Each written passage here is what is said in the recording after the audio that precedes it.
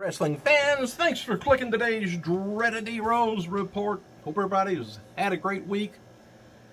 Towards the end of it, finally got some decent weather around here. Hey, the post-show on Raw, by the way, from Pittsburgh, had trainers and officials checking on old Seth Rollins after the beatdown from Randy Orton after he put him through the announce table. And Rollins was put on loaded on a stretcher with neck brace on him. They always put that on people. As Rollins finished making his exit and stared back at the ring, Rollins was then stretchered out of the arena, is how it ended. We didn't get to see it, but people there did. And post-show went on to have John Cena and Byron Saxton in the ring. And Cena said Stephanie will make a valid point that performing at WrestleMania, 31, any WrestleMania is a privilege. Cena says it'd be satisfying to hand Rusev his first defeat at WrestleMania 31. And regarding the WWE title, Cena says he will get his very best in at the end of the night, and if everything goes well as planned, he will be proud to humble Rusev and bring the title home where it belongs, to the U.S. Now, it may be just me. I wanted to make this point, but Raw lately has been just, I think, horrible on commentary and on color. I don't like it at all. It's nothing to do with Booker T, but Booker T is so somber, and I don't know whether he's making the other people somber or not, but man, there's a lot of dead air on, when a match is going on. Little kibitzing back and forth between the guys there, but the I don't know. Something in the heart's just not there. Man, JR used to do some tremendous color, but I don't know what it is.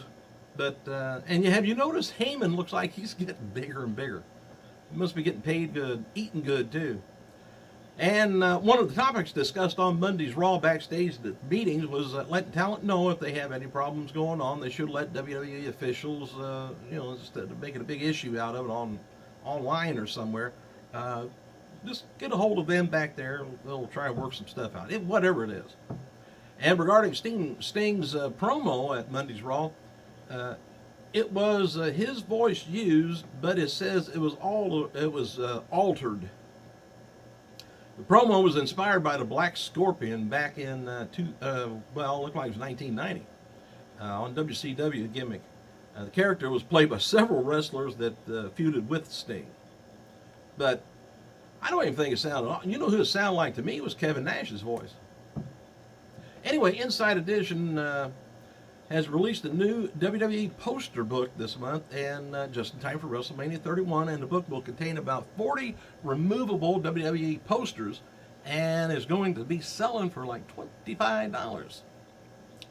It's going to be available at WrestleMania 31's Superstore too, as well as additional live events throughout the year.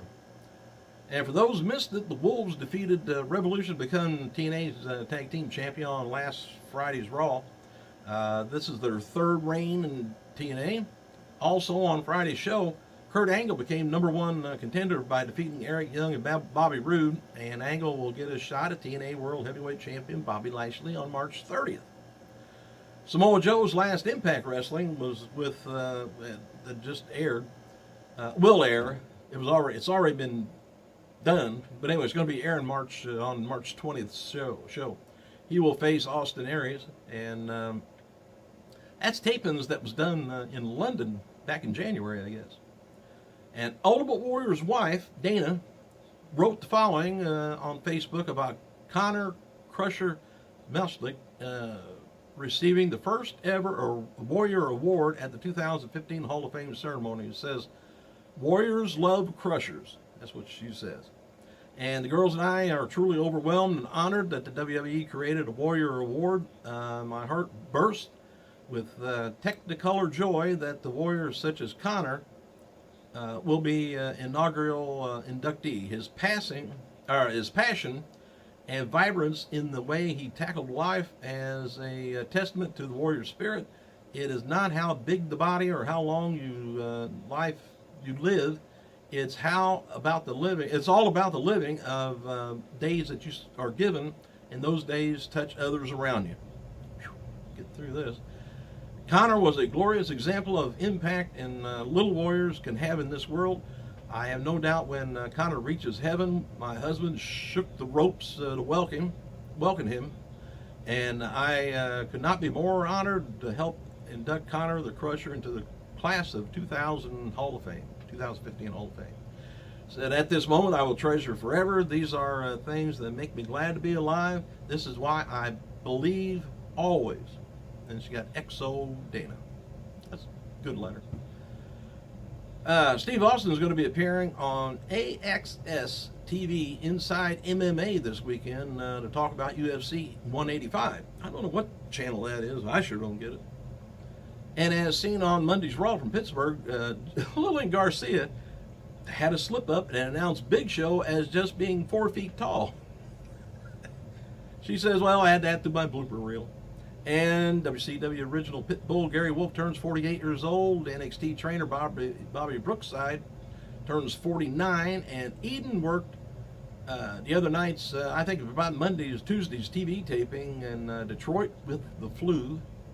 I don't know how you wrestle the flu, but anyway, WWE now has SummerSlam travel packages on sale. If you want to check that out, it's only around $2,500 for the most expensive, and it's a great deal for what they got in the package. It really is. But I didn't see anything about plane flight. I'm not sure about that. You may have to get there, and then the $2,500 thing kicks in. Well, anyway, you get first or second row seat, depending on the how quick you get your money in, I guess, on the package.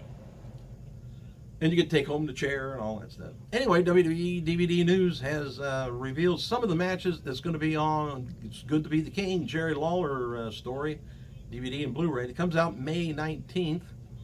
Starts off with Lawler taking on Funk in an empty arena match in Memphis Wrestling, April 1981.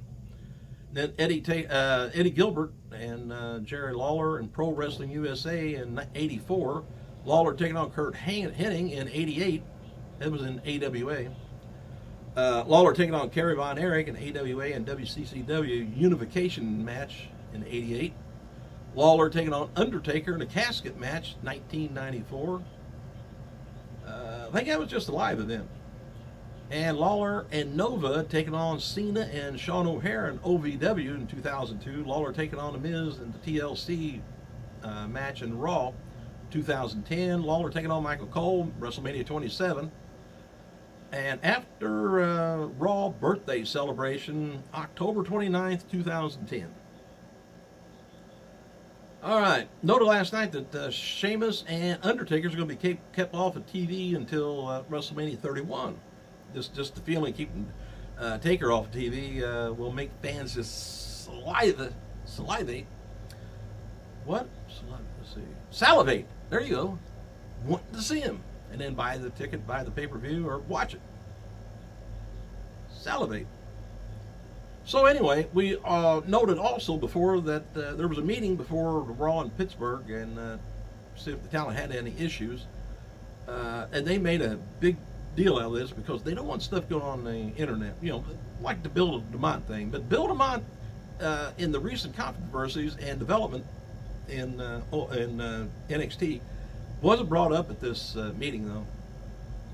JBL, by the way, in a 10K run for charity in the Bahamas this past weekend, and Antonio in 1964, Antonio Inoki made his wrestling debut in Honolulu, Hawaii.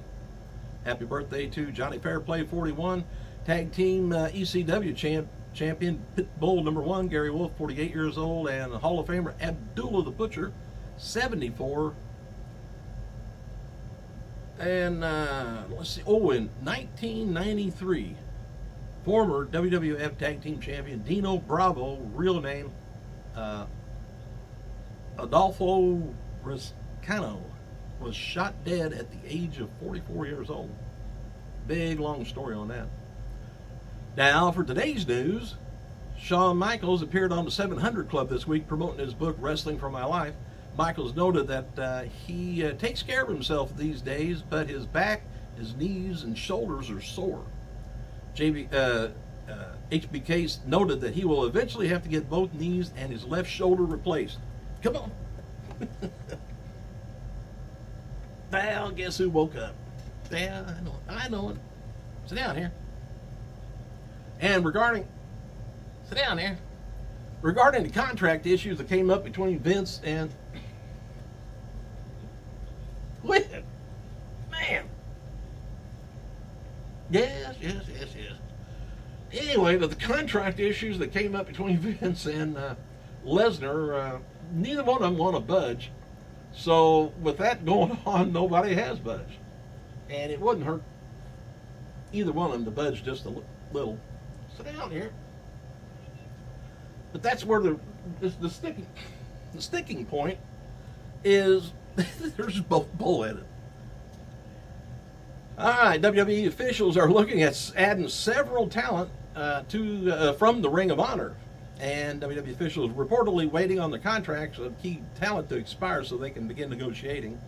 And Wrestling Observer notes that the idea behind NXT has changed a lot as Triple H loves all the praise he's been getting on social media about NXT. And regarding call-ups, no word on NXT champion Kevin Owens or Sami Zayn being brought up, but there's a lot of talk about the women's champion Sasha Banks, Adrian Neville, and possibly Charlotte Flair. Charlotte, anyway, getting called up. I don't know if she got a last name or not. And how WWE likes to introduce new talent after WrestleMania. We'll probably see a lot of talent getting brought up after that, a little at a time. Randy Orton's going to be issuing a WrestleMania 31 challenge to Seth Rollins on Monday's Raw, most likely in Des Moines, Iowa. And Jeff Jarrett reportedly is unable to secure a paid TV deal with his Global Force Wrestling promotion to air a weekly TV show, which would help him out greatly. But he's went to a lot of different people. What he wants to do is get people from AAA, New Japan Pro Wrestling, and some indies to come under the Global Force Wrestling banner. And I think the TV stations want a more secure plan, a more, in stone plan. Good luck to him on that. I hope he gets it. But anyway, he's going on with an arena in Vegas to do some more taping coming up. Quit. Rey Mysterio is going to be adding the Junior back on his name. The Junior was dropped back in 2002 when Rey began working for WWE. So now it's coming back again. And the injury to AAA Mega Heavyweight champion Alberto Del Rio, or El Patron, recently suffered in Mexico was a partially torn quad, not a full tear. So he's got a match that's going to be scheduled. He'll be out of action for a while. All right, just about done. Just hang on. 1994, an unfortunate accident that made both men famous. Mick Foley lost his ear while wrestling Big Van Vader at a WCW event in Dresden, Germany. And happy birthday to three-time NWA champion Vito DiNucci, 44 years old, two-time ECW Cruiserweight and ECW Tag Team Champion, Little Guido or Nunzio, whatever, 44. Two-time FIP Heavyweight Champion Eric Stevens, 33, Tough Enough winner. Remember Nydia? The little Daisy Duke wearing thing in WWE. Anyway, she's going to be 36. GHC Heavyweight Champion Kenta, 34. And today would have been the birthday of WWE Hall of Famer Mae Young, would have been 92. Thanks for clicking, you guys. We got to go.